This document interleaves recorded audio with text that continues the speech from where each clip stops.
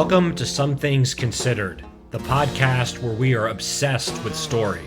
We celebrate creativity and we talk to cool people to find out what makes them tick. I'm your host, Sean Murphy. I'm an author. I direct the Center for Story at Shenandoah University, and I run the nonprofit 1455 Lit Arts. For more about me and what I do, check out seanmurphy.net. Hey, everybody, welcome back to Some Things Considered. This is the podcast where we are obsessed with creativity. We love to talk to cool people and find out what makes them tick. I'm your host, Sean Murphy. I'm an author. I direct the Center for Story at Shenandoah University, and I run the nonprofit 1455 Lit Arts. For more about me and what I do, you can check that out at seanmurphy.net. But what I like to say and what I savor about these various roles that kind of interact and carry over is that they enable me to meet and talk to, and at times, like today, reconnect with amazing human beings. One of them is with me now. I've known him, and we will talk about this for decades, even though we both look like we're in our 20s, so just deal with that. My good friend and a constant source of inspiration to me, James Millner. Let me read his bio, and you'll see why I'm so excited to talk to him. James is the director of VA Pride at Diversity Richmond and an LGBTQ advocate out of Central Virginia, i.e. Richmond. He has an extensive and successful background in nonprofit management, corporate and healthcare communications, fundraising, and event planning.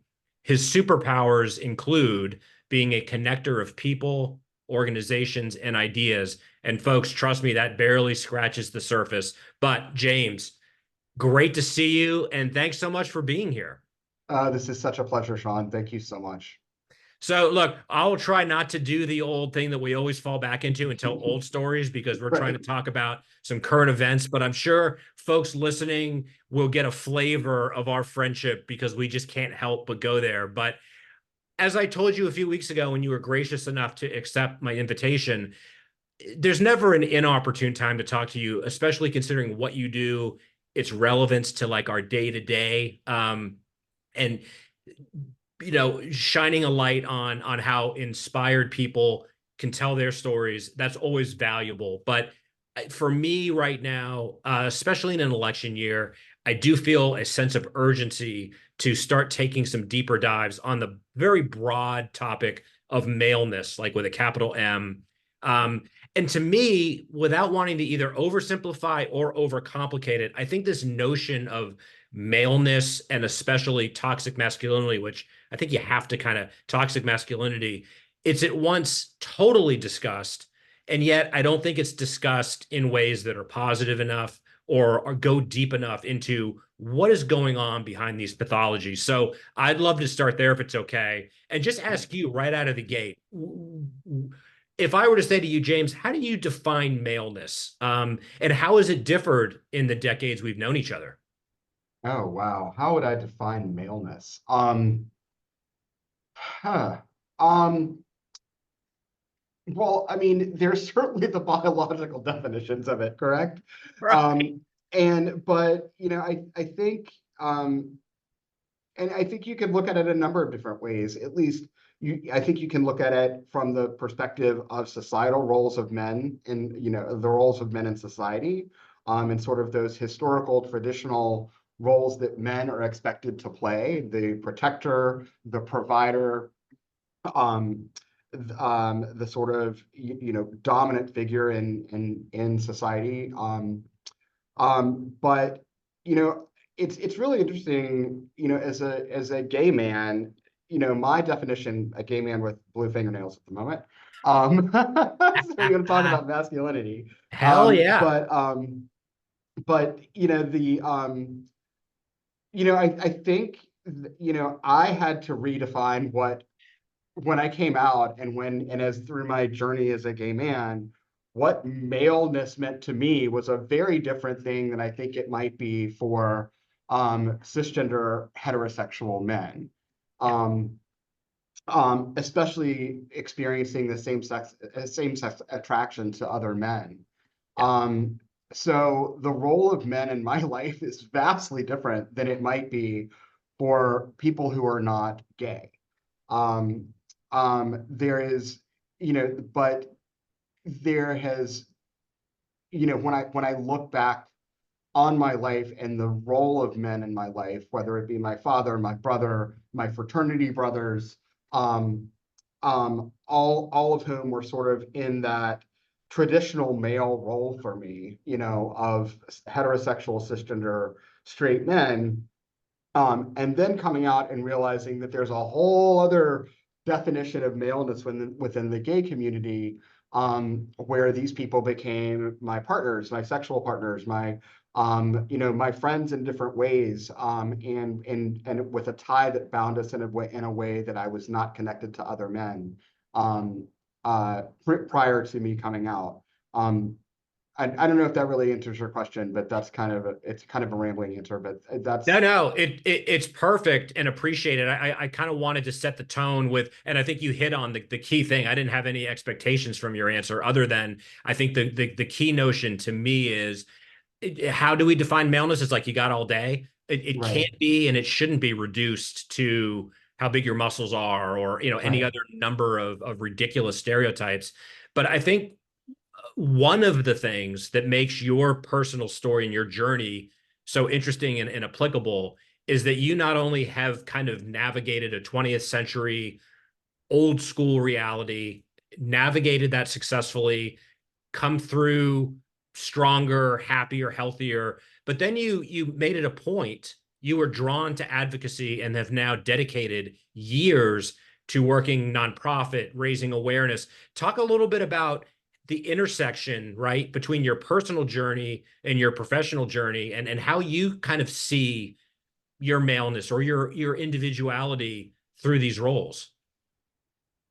Well, so the intersectionality of my maleness in these roles. Um, so so one of the things that I think, where this truly intersects is the definition of male privilege, and what that means. And I think that that is universal across, um, sexual orientation lines, one way or the other, especially being a white man.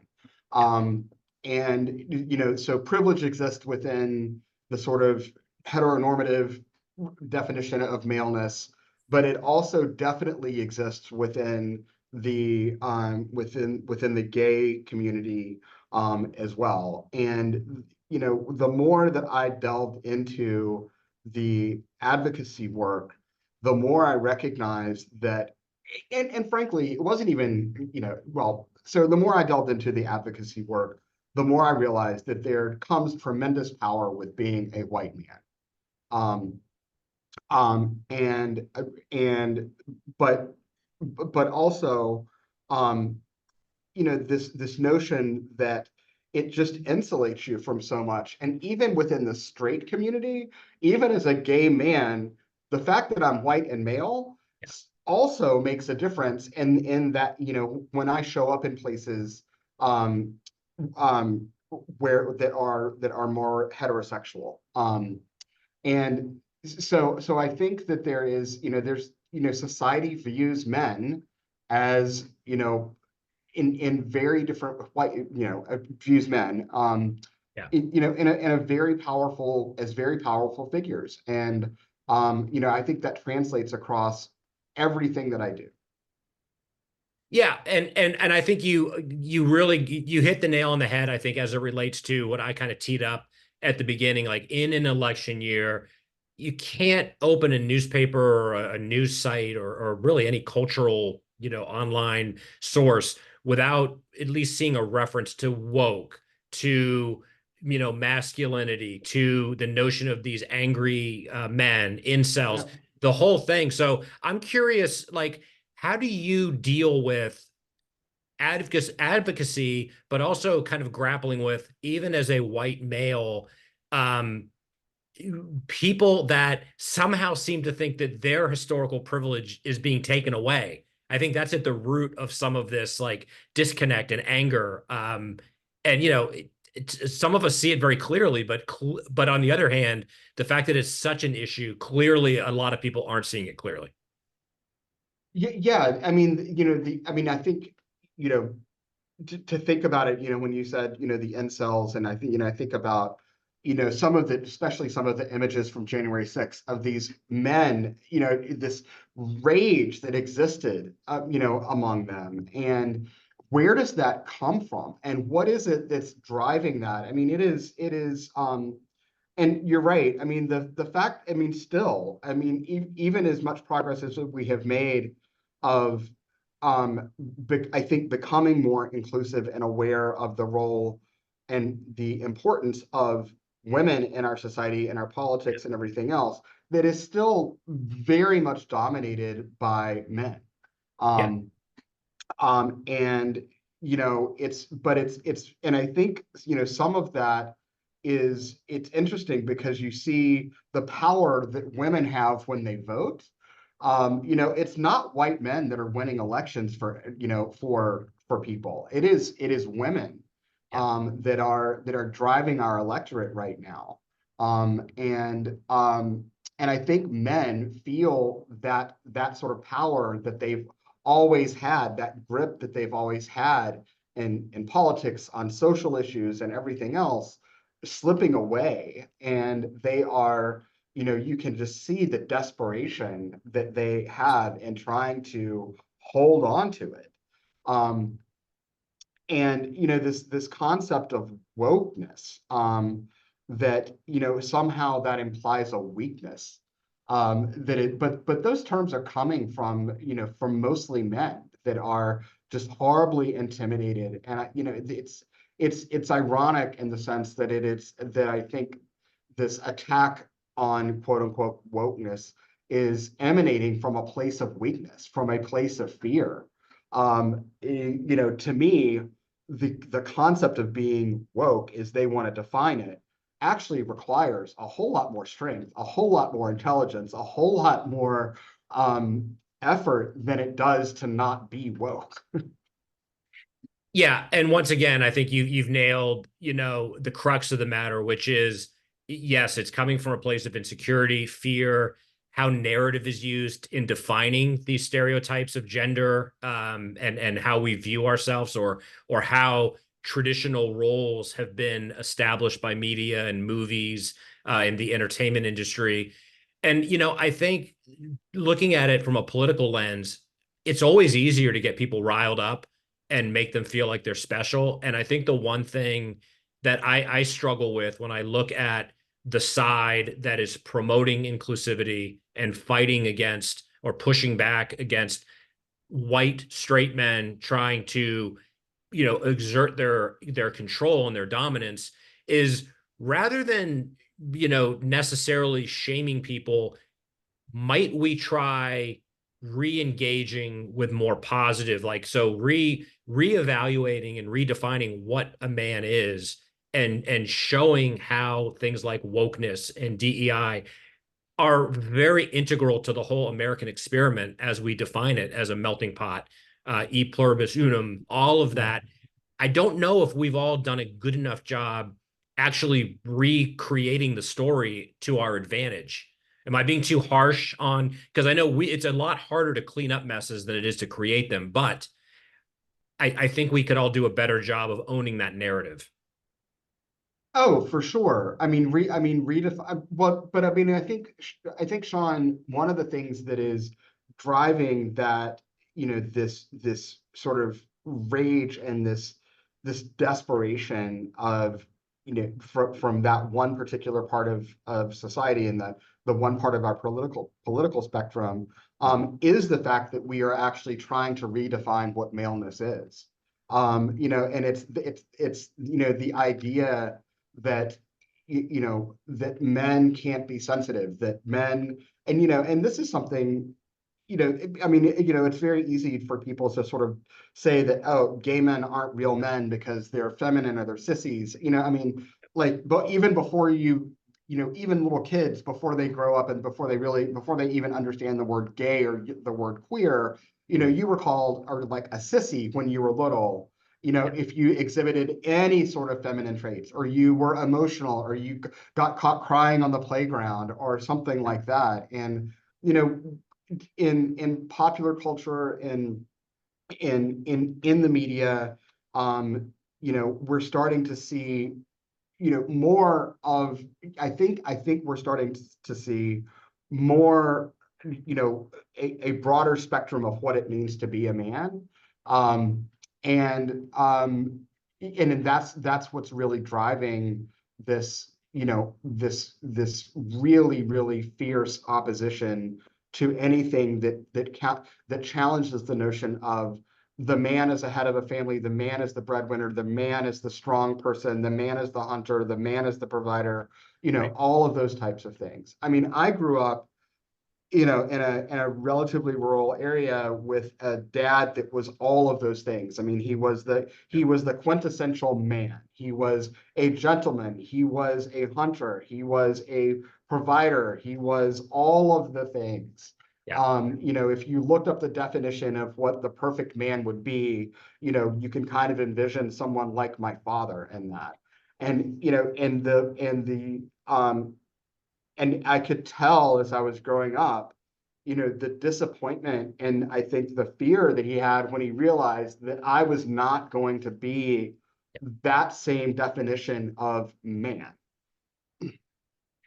Yeah, and I think that opens up kind of this dual pathology, which is we've got people, whether it's cynically or myopically, it's a bit of both, and cynically um, wanting us to get back to when America was great. And what we've seen is that even in the quote unquote good old days, these men were not taught to express feelings, were not taught to communicate in an honest and open way. So there was a lot of this desperation and anger that has always been located with the head of the household, the traditional male role. So A, why would we want to ever go back to that? But B, I think that opens up this weird place we're in now where I feel like, generally speaking, the younger generation, there's an empathy that we completely lacked, and there's an awareness and a kind of a general acceptance of others, and that's progress. But where in our childhood, there wasn't a lot of media noise or really political noise other than like the far right of worrying about this stuff. And now there's one political party that's all they seem to be obsessed with. So I mean, it's like we're making strides, and yet the battle gets more difficult every day. And I think that's what I'm personally trying to wrap my head around. I know it's going to be, all progress is gradual. Small victories add up to big victories, but how do you view that from your purview? I mean, you just articulated your upbringing and that disconnect, but what are you seeing, especially in your work with like the younger generation and how they're dealing with this? I mean, I mean, it's 180 degrees from how it was when I grew up. I mean, even with the folks that I know that are conservative, and I definitely have, a clear delineation between people that are conservative and people that are, right-wing nut jobs. Sorry, but I mean, but there are people that are conservative, Yeah. and people that the acceptance of a non-traditional gender role across the board, whether it be for men or women, is much more is much greater than it ever used to be. And even in the 30 years that I've been doing this work, seeing that evolve. I mean, and the whole concept, that is such this hot topic, which is, at least you would think it was the most important thing in the world, this concept of gender and gender identity and everything else. I Yeah. mean, you would think we were on the verge of nuclear war and the world was going to end tomorrow. The way that issue keeps coming to the surface is the thing that people are most worried about. And what I know about young people is that they don't care. They simply don't care. Like one of the things that I do it's really interesting. I went to a recovery meeting at VCU the other day, where I was by far the oldest person in the room, and I went to it just largely because it was convenient and a time that I could do it. And the I walked in and it was like I realized that there was no that it seemed like there was no defined gender within that room. I mean, there were people of all different gender identities, gender expressions, and certainly this no really and no real defined like manly men or girly girls or whatever happened to be there. It was and those were all younger people, 20 somethings, early 30 somethings, and everybody just it didn't matter to people. Yeah. It's just becoming a non-issue for folks, I think. Yeah, I mean, I think just looking at, my stepkids, my niece and nephew, the kids I teach, the undergrad level, I think it's relatively safe to say, at least in more urban and diverse areas, that battle has been won. The inclusivity, the fluidity of identity, the embracing of I don't have to wear, I mean, we grew up right at a time where you wore polo or Izod, like these things were critical to fit in. One of the reasons I think the Breakfast Club was so it captured the zeitgeist because it was these different types all put together. I think that's kind of the new normal, where in our day, conformity was the way to kind of blend in and succeed. So I guess on one hand, and I think we've been, circling around this, like I want to unequivocally celebrate the progress that's been made. But I'm curious, like, so when you go to work every day or looking at it, on a year-to-year basis, what are the big struggles in the work you do? What are the biggest challenges as it relates to either, equipping the younger folks to feel and find their voice, or is the issue more we got to deal with the old people who still vote and are totally resisting any kind of change? So I think that there is reason to celebrate progress. But I think that the progress that we have achieved is remarkably fragile. I do not think that the progress that we have made into a more welcoming and inclusive society is by any means a settled issue. And I think that there is a real danger that it is going to go backwards. And the reason that it is so perilous is because of the fear that has now been instilled in people. So it's not, it's not a matter of, one state having certain laws that are more discriminatory towards a certain group of people than others. It is now this constant and unending barrage of attack, attack, attack, and the distortion of the truth about what it means to be an other, whether that's a Black person, a gay person, a trans person, whatever it happens to be, is and the cruelty and the absolute unrelenting attack is driving people backwards. It is exhausting for people like me that have been doing this work for 30 years. Right. So those of us, it's like you can only get knocked down and get up so many times, and we keep doing it, but like the scars are there. And then when you try to get young people to be engaged, they see what they're up against, and they're basically like, just leave me alone. I just want to exist. And Yeah. and that's, and then and one of the things that I think that we are also kind of experiencing is that there are, and this is part of, and I will talk about it from the LGBTQ sort of civil rights and social progress movement, of the fact that we continue to fight these battles with the weapons that we've had for 30 years. I will go out on a limb and say, we don't really know how to deal with this kind of stuff, because at least we were dealing with opponents that, while they did and said awful things, had at least some modicum of of humanity about it. Yes. But they don't even now. I mean, and the license that people have been given across social media to say and do these awful things.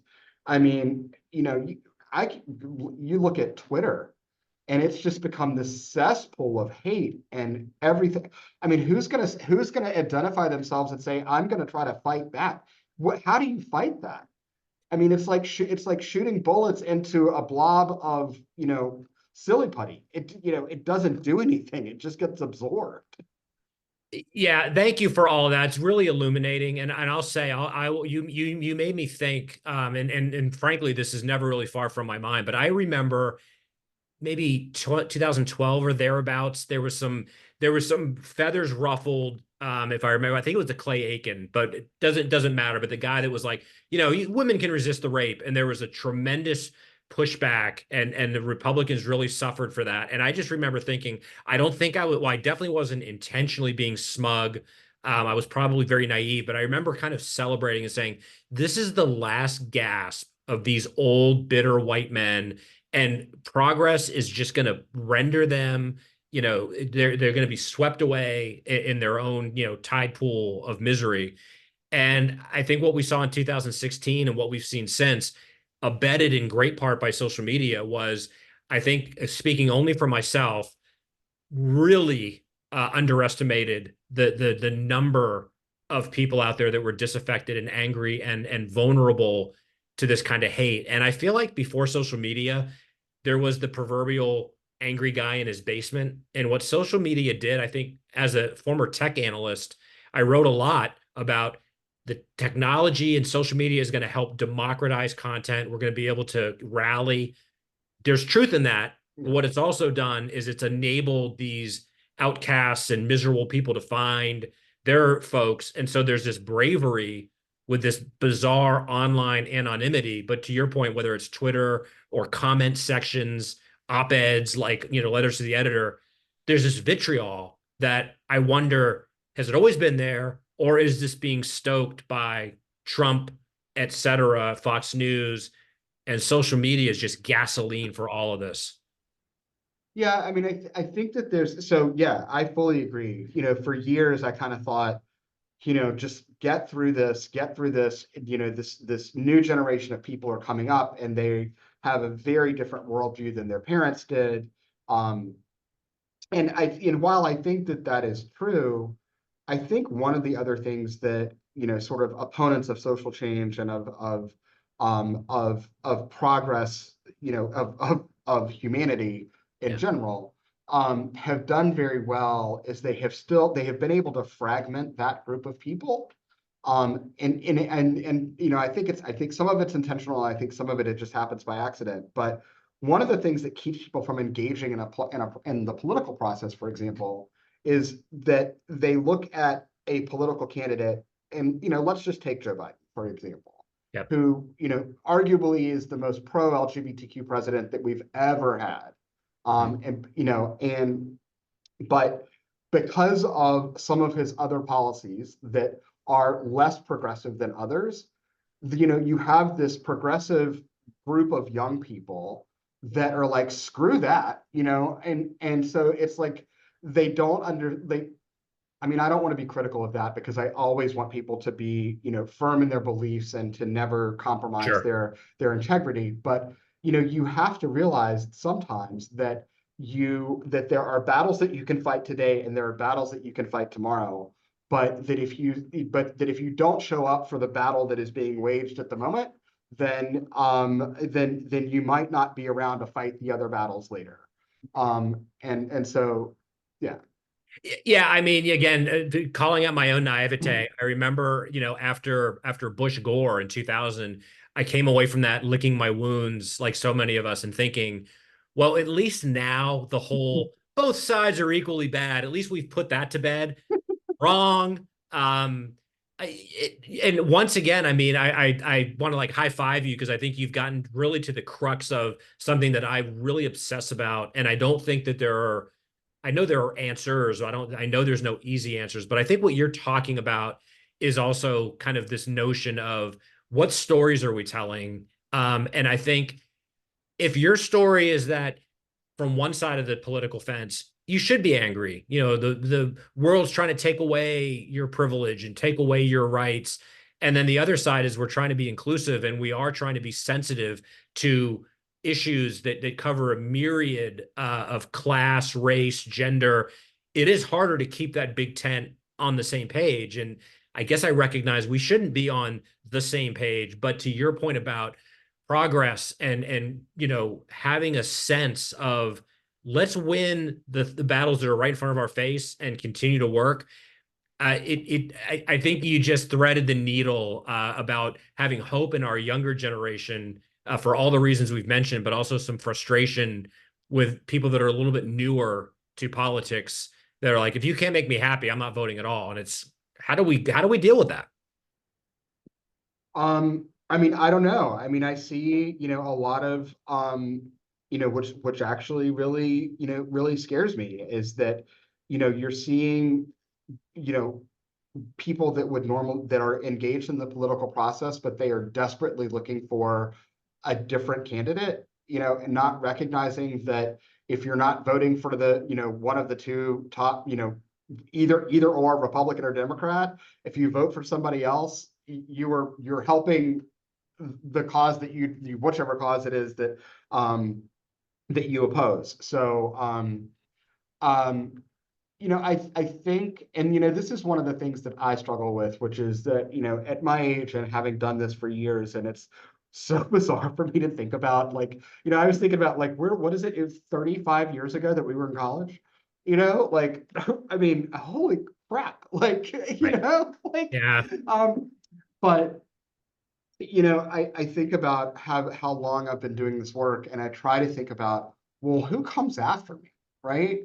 And you know, I also think about, am I even the right person to be doing this work, you know, anymore? Because, you know, maybe because I my experiences have been shaped by those 35 years. And maybe, you know, when and you know, I will maybe contradict myself a little bit, but you know, maybe when I sit here and I talk about the battles that we're fighting, maybe I shouldn't be on the front lines anymore. You know, maybe there's a new generation of people that need to fight the battle in their own way. And maybe my way isn't the best way to be doing this anymore. I don't know the answer to that. But you know, I need one of the things that I am coming to realize, and you know, it is criticism that I hear both covertly and overtly of people of my generation and the LGBTQ movement is that you know that we are out of touch with what you know folks need, what younger folks need, and what they want, and that we do need to you know step aside or get out of their way so that they can you know move forward. And you know part of that is you know I resist that because I think that what I have to offer still is valid and makes sense and bring, you know that I bring something to the table. But I also recognize that you know that there's some truth to that. Yeah, and there could be some truth to that. I think the fact that you're capable of recognizing that and articulating it so kind of honestly and you know, gently is the reason you absolutely should be in the position you're in.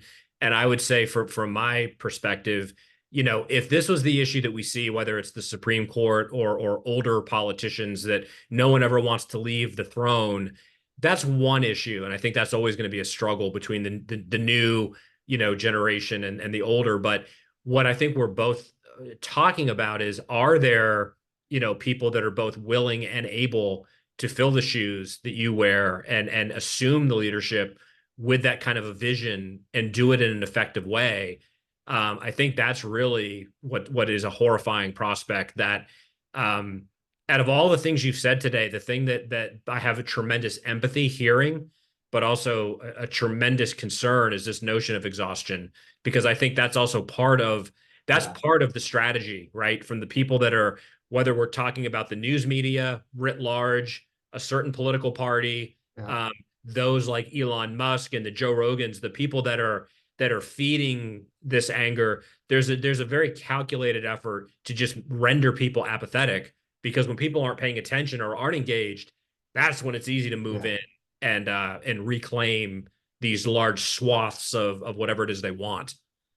Yeah, I will fully say that the exhaustion thing is real. And I'm by far not the only person in this type of role, across the country that feels that way. Mhm. Um, and it is, I think it is a real danger. You know, but I think that's also kind of the point, I mean, you look at what's being, thrown at us, and it's no longer like one big rock. It's like somebody picked up a whole bunch of pebbles and threw them, Mhm. and so you're dealing with this scattershot thing of, okay, I've got to deal with that, I've got to deal with that, I've got to fight back against this, I've got to fight back against that. Yeah. And it just completely overwhelms you. Whereas before, in the 90s, our big goal was meritocracy, right?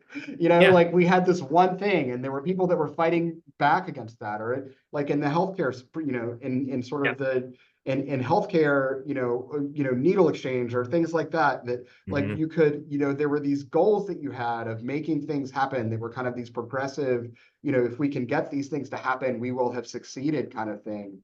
Hmm. And now it's like you're fighting against, transphobia, homophobia, all of these things Yeah.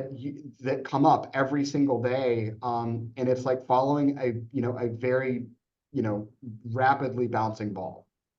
And you can't, and it's hard to have a huge impact on any one thing because you are chasing so many different challenges.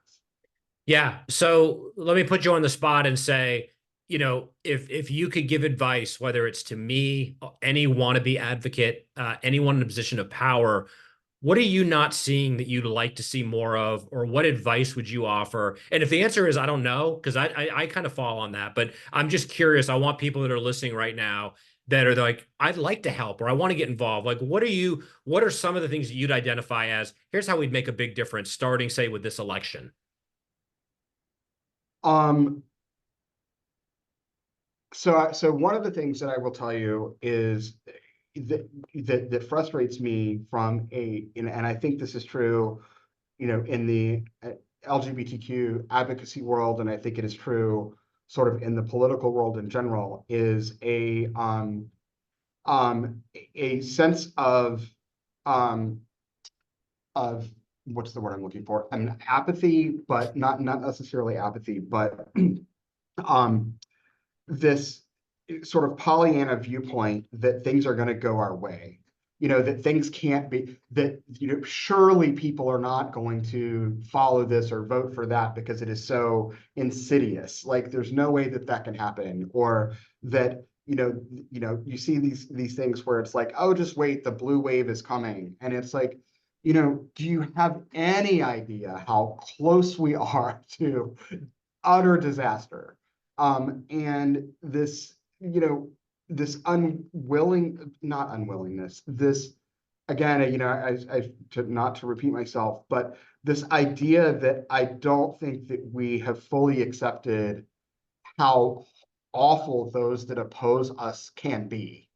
Yeah. So like, I mean, you look at things like when, like anti-trans policies in schools and, in municipalities and states, you see, how twisted this next Benedict murder, came out, or death came out, Yeah.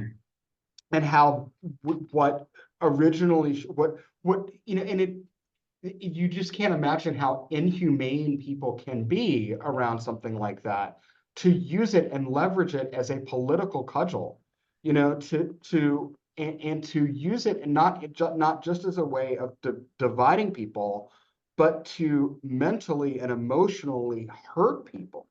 It's no longer just to say we differ on this, or I think that, I oppose the fact that trans kids should be able to use the bathroom according to their gender identity in schools. The whole point is to dehumanize those people and to Yes. dehumanize the people that support them, or that have an open mind about these things. And I don't, and as many times as that continues to happen, I don't think that people fully understand, like have grasped that that's what we're dealing with here. I mean, I think we're using, the wrong the wrong tools to deal with, to deal with this kind of problem. So, one of the things that I would say to people is wake up. And I mean, that sounds kind of, Yeah. basic, but it's like, I mean, occasionally, like I'll comment on, the sort of some sort of liberal, news outlet thing on social media about, please don't get complacent about this. Don't think, like, there's that this sort of, blue cavalry is going to come and save us here.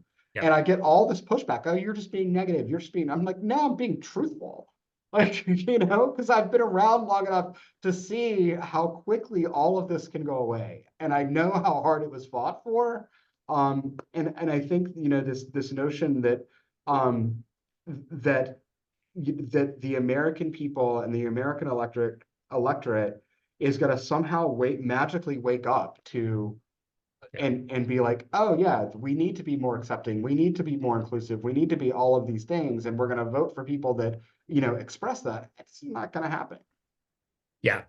Again, that's a mic drop moment from you. I think the two things that I take away from that are, spreading this sense of purposeful urgency. Being Yeah. complacent is how we lose. When I talk to people that are like, don't be such a naysayer. It's like, be a naysayer now so you don't have to be for the next 4 years, because we already went through this. Like, how short is your attention span? Do you really want to spend the next 4 years really fighting battles that are life and death for so many of us? Yeah. Um, I think that's part of it, and it's been written about quite a bit. I think what's changed, James, from when we were coming up, and what we've seen in our kind of decades of engagement, is that the concept of the cruelty is the point. I think that's become this Exactly. weird unifying impulse. And if I were asked, if someone were to turn it back on me and go, all right, Sean, you're asking all these questions. What are you going to use as a rallying cry? And I'd say, knowing that for many of these people who live in different states, they might vote a certain way, but these are all even different people. If they're unified by the cruelty is the point, then what more do we need to know than to at least agree we all need to rally and make sure that that doesn't become acceptable in American society?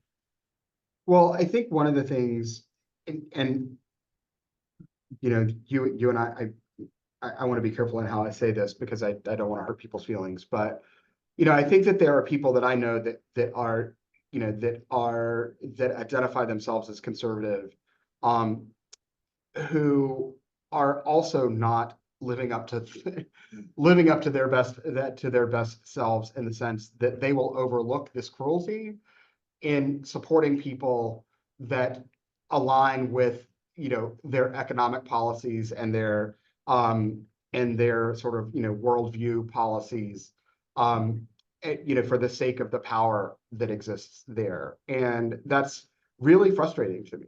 I mean, it's really frustrating to me. I mean, economies come and go, but human rights do not. And it's one of those things where I'm just like, how can you overlook this? Like, how can you not, like, I don't like, I don't really understand it. I mean, I try to be as respectful of it as possible because, I know, I have lots of friends that are sort of in that position. I have family members that are in, that are part of that group. And I'm like, how, I just don't understand it. And I think that getting folks to realize that that the cruelty is the point, and that you've got, if you do not put a stop to the cruelty, then we become a country and a society that is going to be really miserable. Yeah. And to a large extent by design. Yes. And that, yeah, it's going to ultimately be, it's one of these touchstone moments, I think, for American civilization, where we have to decide, are there more of us than there are of them, as it relates to erring on the side of being compassionate instead of cruel. um you know Owning that narrative and explaining, like, what part of melting pot and immigrants help build this country and give us economic prosperity. what part of us all being in this as a team do you not understand? But I think what I take away from what you said, James, and it resonates and kind of mirrors my own engagement is rather than get overwhelmed because of, winning the micro battle. I mean, that's what the election is for. Right. But I'm just trying to take it one conversation at a time and, set modest goals, have those handful of people that are reachable and try to have some positive conversations and reduce it to basic things like, are you okay? I think it's Tom Nichols writes for the Atlantic. I follow him on Twitter too, but he wrote something the other day that was along these lines. He was basically like asking, he's a former Republican, I guess. I don't know where he is politically at this juncture, but he's definitely not voting for Trump. Right. But his concluding thought was like, is this who you are? And Right. I think maybe that's the question, right? Both literally and figuratively, like that we ask our potential fellow countrymen, Right. is this who you are? Right. Well, I think I also try to offer folks like that within reason, some grace, and to sort of tie this back to the concept of maleness and masculinity is I think that, and this exists even within the gay community specifically, of it doesn't affect me, right? As a man, as a white man, those things don't really impact me.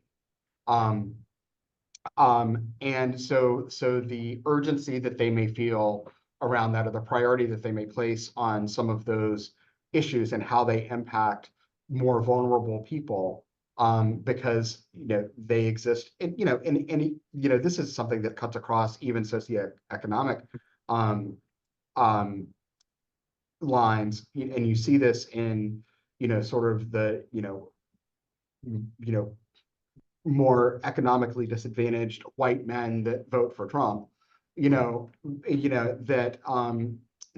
they don't, the issues and the being kind to people is just not something that affects them. It just doesn't, it's the anger and the cruelty is the point. And so I try to offer some grace and recognizing that I'm asking those people to, um, to care about people that they're not exposed to people that may not be part of their family, and it's certainly not part of their own personal experience. I mean, part of what drives me to do this is my own personal experience, my own identity. Yeah. And so asking people to align with that, is a lot. And I know it's a lot to ask of folks. Yeah, I mean, I'll let you say that. I guess I would just say, no, it isn't. But I hear, Okay. but I hear you. And I guess my take would be, and I try to apply this to myself first and foremost is, voting, voting and showing up, is a personal, endeavor. These conversations that we're talking about, I think another kind of dead end we have is the kind of virtue signaling on social media. And it's like, having some personal conversations with reachable voters or reachable human beings is a way to advance the cause one person at a time. But you're probably not going to win hearts and minds by talking about how cool and collected and admirably hip you are. Right. I think that shuts down potential dialogue instead of opening up those doors. Yeah, but I will, and this doesn't tie necessarily to maleness, but it does tie to, you see what has happened around the abortion issue with women, and you've seen that, even conservative women who might have voted for Republicans, across the board are now, when they realize that that one thing that it, now deeply impacts them, they're like, Right. oh shit, like, and so there that motivation to, engage in a process or to vote or to show up to vote or to vote differently, all of a sudden becomes very personal. So it does, that is one of those things that does deeply impact them, and it is the thing that motivates them, to vote differently, to think differently, to look around and say, oh my God, I wasn't really paying attention to what was happening until it was too late. Yeah, I mean that's it. And I think bringing it back to story and how we're framing these issues is ultimately, I think the art of politics is making people understand in a way that isn't cynical, that kindness and inclusivity are a net positive, and that usually yields, everything from a better environment to a better workplace to better laws. So sometimes maybe the most simple answer is preferable, and getting people to better understand how their own lives will probably be improved with some of these scenarios, as opposed to the opposite, is a winning strategy. Yeah. Well, and I think, for a host of reasons, I think, well, so you asked me a minute ago, sort of, again, what is my advice to people? I Mhm. think it is tell your story too, you know, and as sometimes as vulnerable as that can make you feel, and I have recent personal experience with that, I think it's vitally important because, um, by doing that, I think it enables people to connect, to find things that they have in common with you. Yes. And it's much, so, while your instinct may be to curl up into a ball and, and retreat, to your safe spaces, I think the more that you can be out there to tell your story, to be visible, um, to talk about the things that matter to you, and not just related to, your identity, your sexual orientation, your family life, your whatever, but all the things that make you who you are, because eventually people are going to find things, that they can connect to you on a human level. I've been, over the last couple of months, I've been in situations where, well, I mean, I'll just talk about that. I just went into treatment for alcohol addiction, and I was thrown into it. I'm not thrown into. I'm sorry, totally not how it happened. I was not put in a straitjacket and thrown into a rehab facility. I voluntarily went, just for the record. Not that it matters how you got there. Yeah. But I went into a place, into a situation where, I had no idea how LGBTQ welcoming this place might be or whatever. Turned out I was at one point I was the only out gay person there, in this place with 100 other people. And I was myself. I was out, I told my story, I referred to people, to my spouse and my same-sex spouse and all these other things, and treated it just as though it was the most normal thing. And there were people there from all walks of life. I mean, literally, you've got, people who are physicians down to people who, are in there because if they get out, they go back to jail for, whatever. Right. And all races, all backgrounds, all, everything. And the reason that we all got along is because we had one thing in common, which was addiction.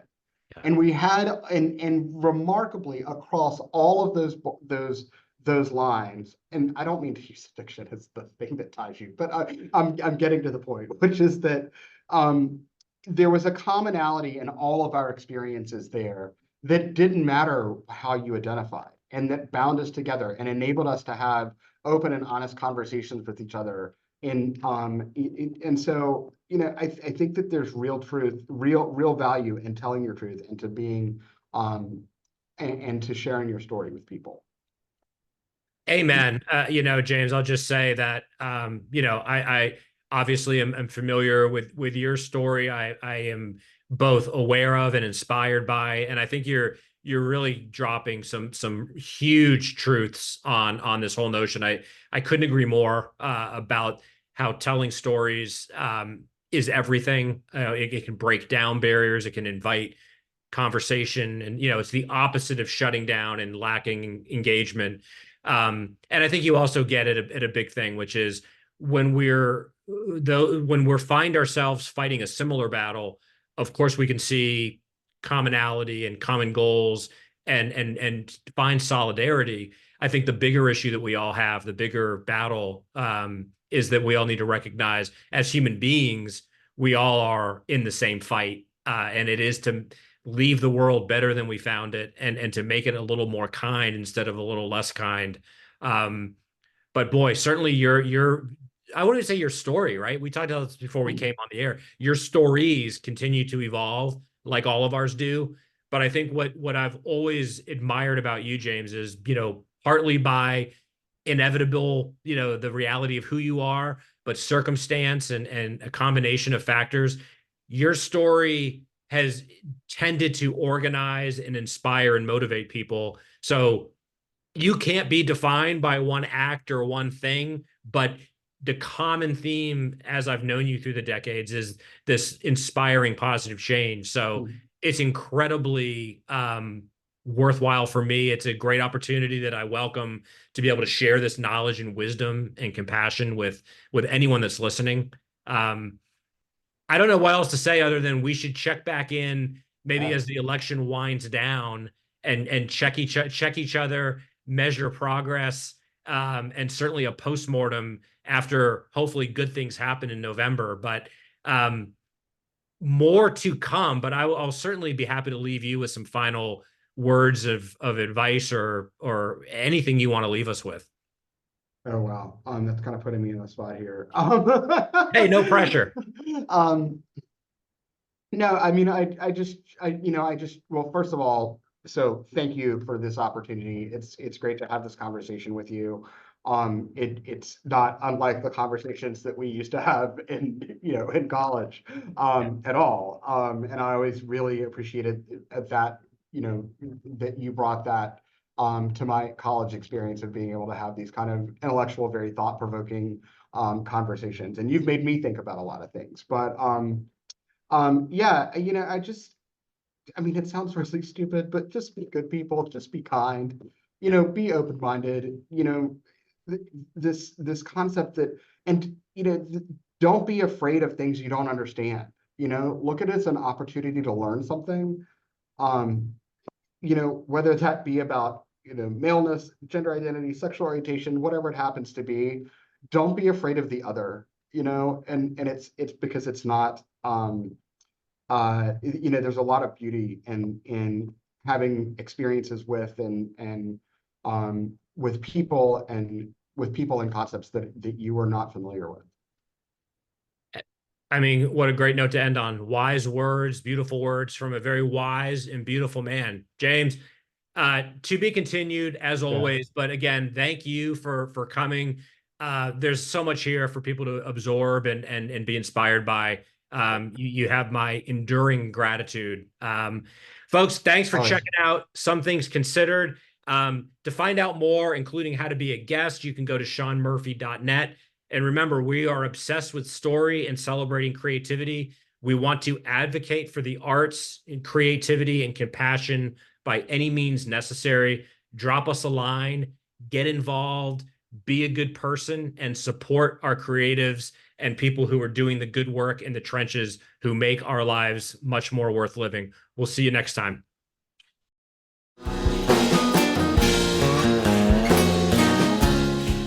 Thanks for tuning in to Some Things Considered. Find out more, including how to be a guest, at seanmurphy.net. Reminder, we are obsessed with story and celebrating creativity. Also, we're here to advocate for the arts by any means necessary. Drop us a line, get involved, and support our creatives who are the lifeblood of our culture. I'm Sean Murphy. See you on the next episode of Some Things Considered.